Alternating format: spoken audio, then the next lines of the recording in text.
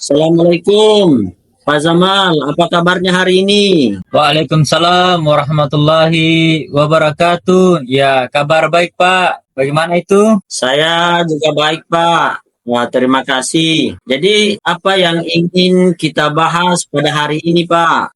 Begini Pak, saya ada sedang menghadapi beberapa tantangan di kelas ya. Itu beberapa siswa saya sulit diatur dan sering mengganggu daripada proses belajar di kelas Pak. Oh, baik. Apa yang ingin Pak Zamal capai pada pertemuan kita hari ini? Saya ingin menemukan cara yang efektif untuk kemudian bisa menangani siswa-siswa saya yang sulit diatur dan mungkin bisa membuat suasana belajar lebih kondusif lagi, Pak. Oh, bagus. Mungkin bisa Pak Zamal ceritakan lebih detail tentang situasinya? Tentu, Pak. Jadi begini ya, ini ada beberapa siswa saya yang sering berisik ya. Ada juga yang tidak mau mendengarkan dan bahkan kadang juga sering berkelahi dengan teman di kelas ya. Ini tentu mengganggu daripada siswa yang lain yang ingin belajar, Pak. Saya mengerti. Menurut Pak Zamal, apa yang menjadi penyebab utama dari perilaku mereka, Pak? Saya rasa mungkin mereka merasa bosan ya, atau tidak tertarik dengan pelajaran yang saya ajarkan. Ada juga yang mungkin membawa masalahnya dari rumah, begitu Pak. Bisa jadi. Apakah Pak Zamaluddin sudah mencoba beberapa metode untuk mengatasi hal ini? Sudah Pak, saya sudah mencoba memberikan tugas yang lebih menarik dan melibatkan mereka di dalam kelas, tetapi hasilnya belum maksimal. Memberikan tugas yang menarik ya Pak.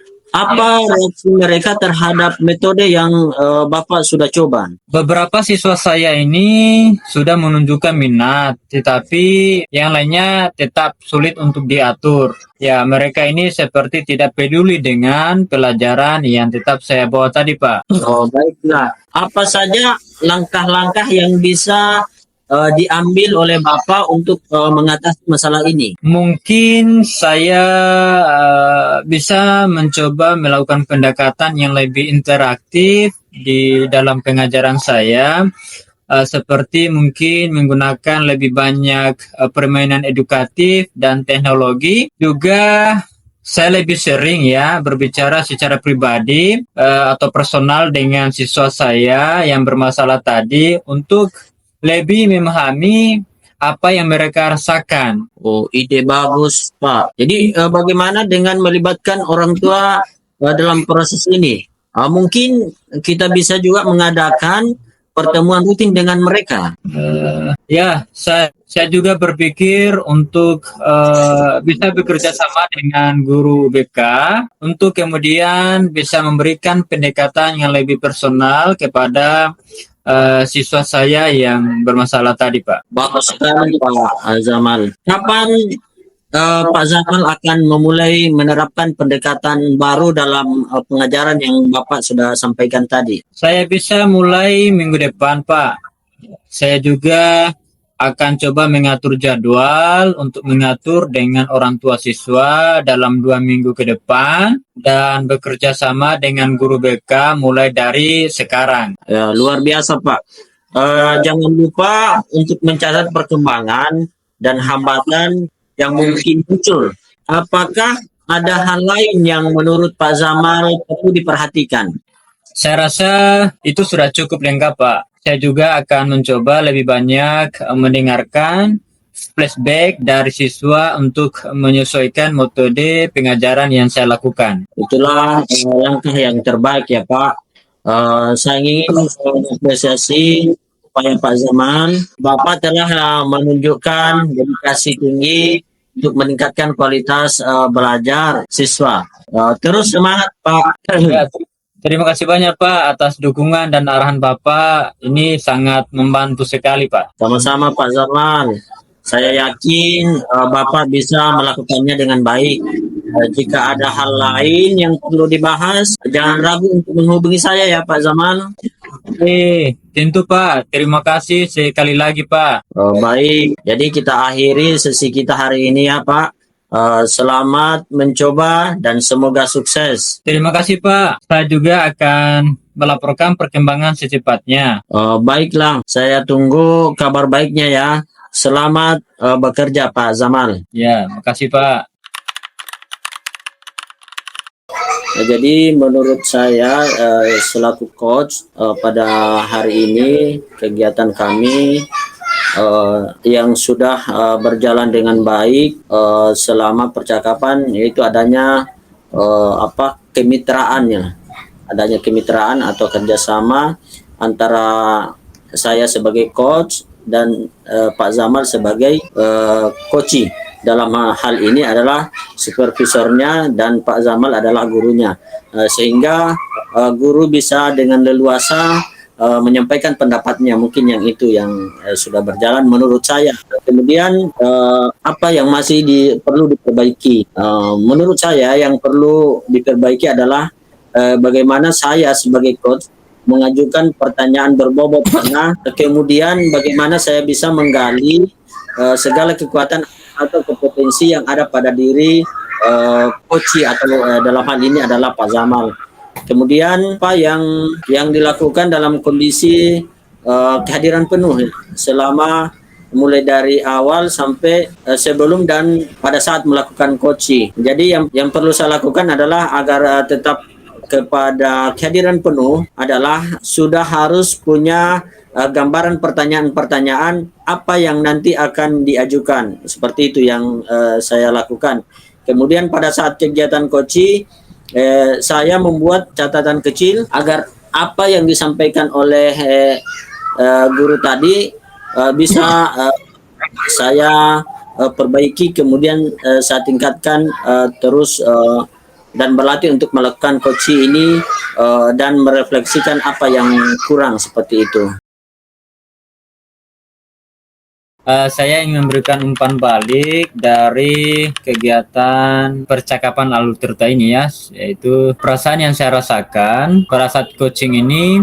Saya merasa pertama didengarkan dan dipahami oleh coach. Terus coach itu membantu saya untuk melihat situasi saya dari perspektif baru. Terus coach juga memberikan saya beberapa saran dan bimbingan yang sangat membantu, dan saya juga merasa lebih termotivasi dan yakin setelah sesi coaching ini. Terus saya merasa bahwa saya dapat mencapai tujuan saya dengan bantuan coach ya. Jadi itu saja perasaan atau apa yang saya rasakan pada saat coaching ini, Bu. Terima kasih banyak.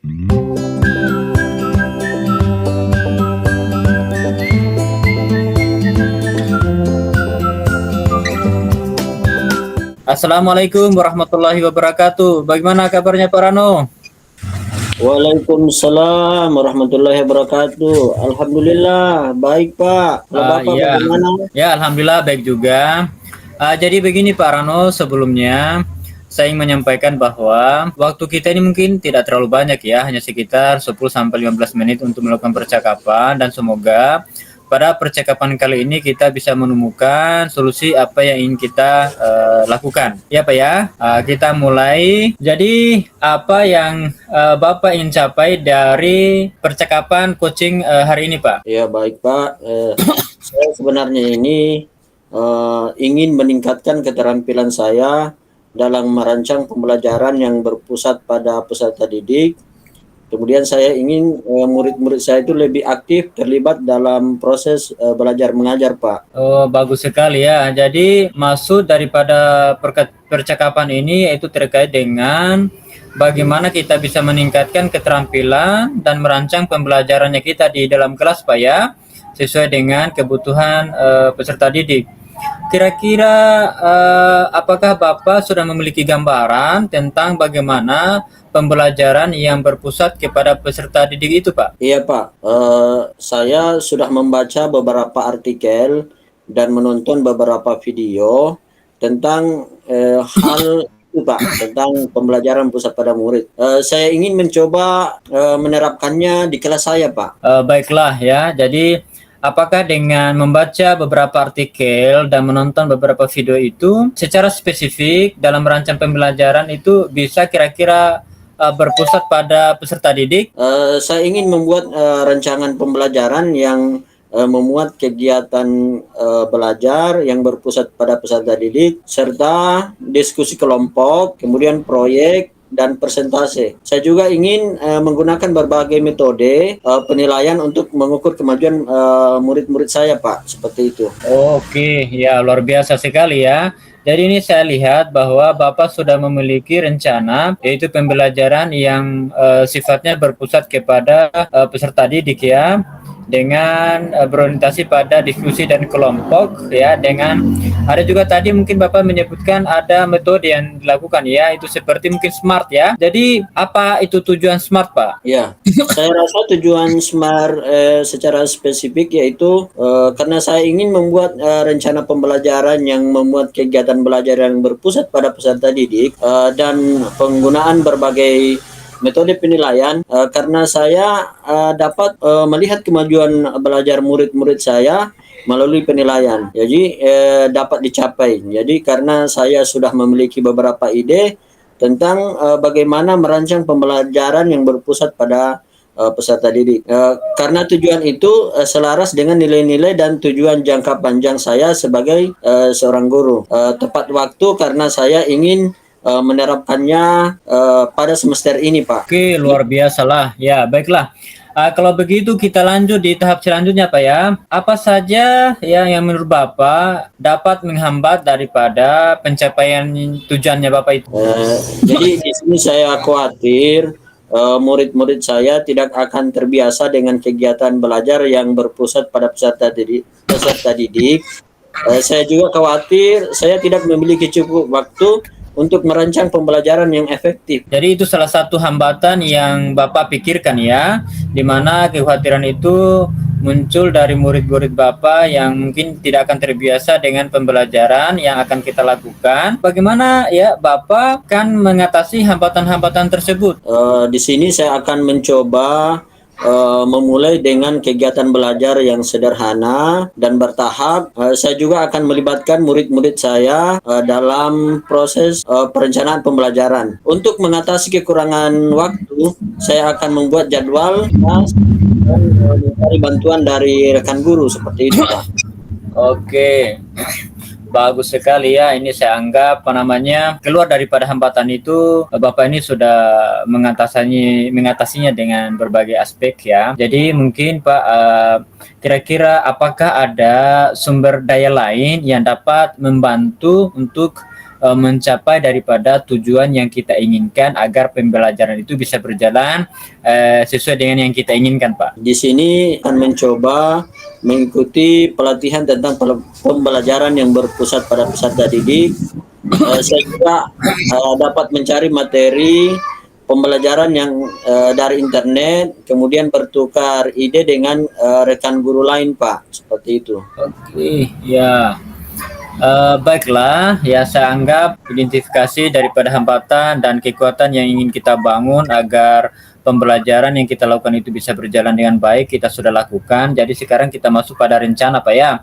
Sekarang mari kita buat rencana untuk mencapai daripada tujuannya ya. Kira-kira apa langkah-langkah konkret yang Bapak perlu ambil sekarang ini?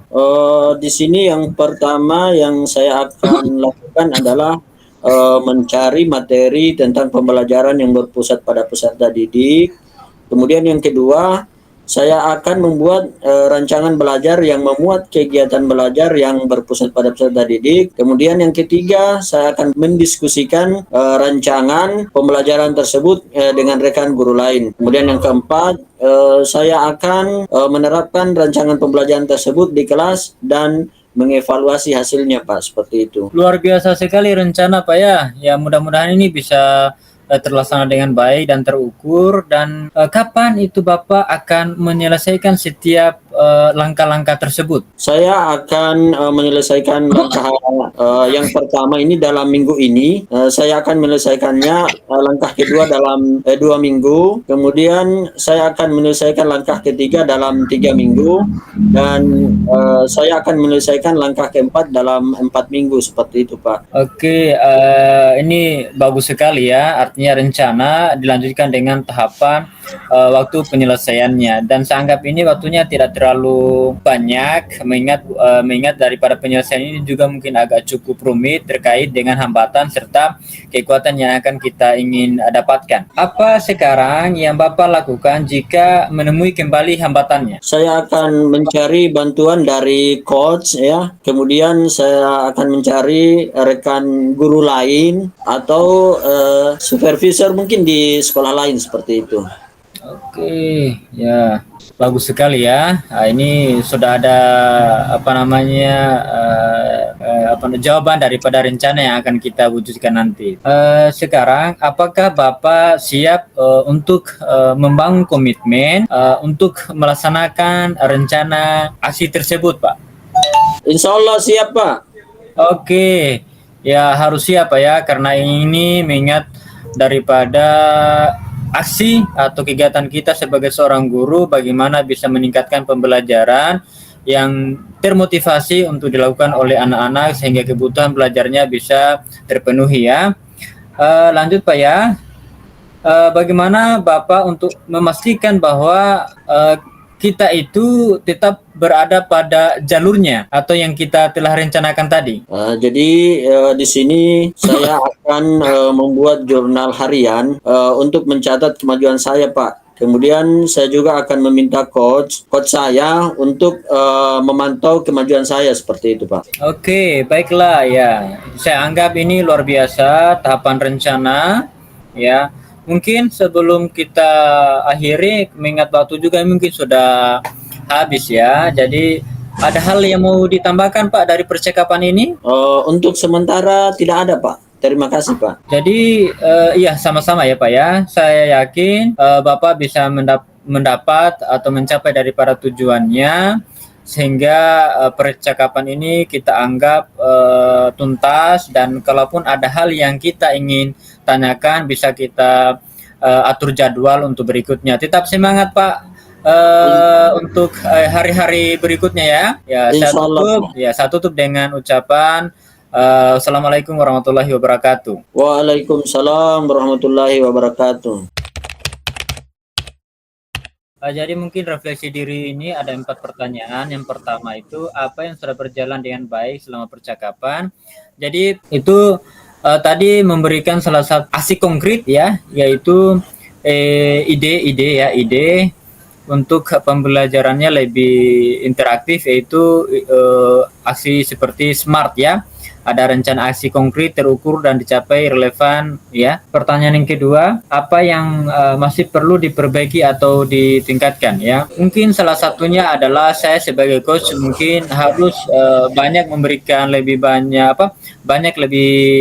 contoh dan saran konkret ya kepada coaching.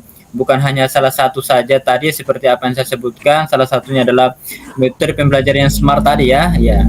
Yang kedua mungkin coach lebih fokus pada solusi daripada masalah. Ya artinya salah satu solusi yang saya berikan tadi sudah, tetapi mungkin saya lebih terbuka kembali. Terus coach mungkin dapat memberikan waktu lebih banyak untuk refleksi. Pertanyaan yang ketiga, apa yang Bapak Ibu lakukan untuk tetap dalam kondisi present, kehadiran penuh sebelum dan saat melakukan coaching ya. Jadi ini mungkin satunya adalah mempersiapkan diri dengan baik ya. Percakapan saya ini sudah berjalan dengan baik sesuai dengan alur cerita, yaitu di mana ya saya sebagai coach menggunakan pertanyaan terbuka, pertanyaan yang klarifikasi, dan pertanyaan yang relatif ya. Itu untuk membantu coach menggali lebih dalam tentang tujuannya, hambatannya, serta sumber dayanya.